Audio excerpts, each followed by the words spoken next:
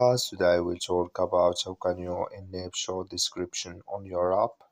We're going to figure out the solution on how you can do that on your app.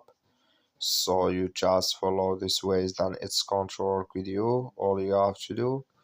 So you just go down here, you click on more down here, and you just click here on more.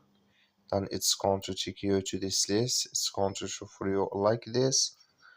So then all you have to do now, you just click here on configuration, just click on it. Then it's going to take you to next step here. It's going to show for you like this here. Then all you have to do now, you just go down here.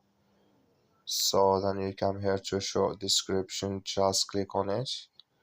Then it's going to show for you like this here. Then you click here on. So then here show description, it's going to enable with you here on your money manager app. That's all you have to do. Thank you for watching. Don't forget to support us by liking and subscribe.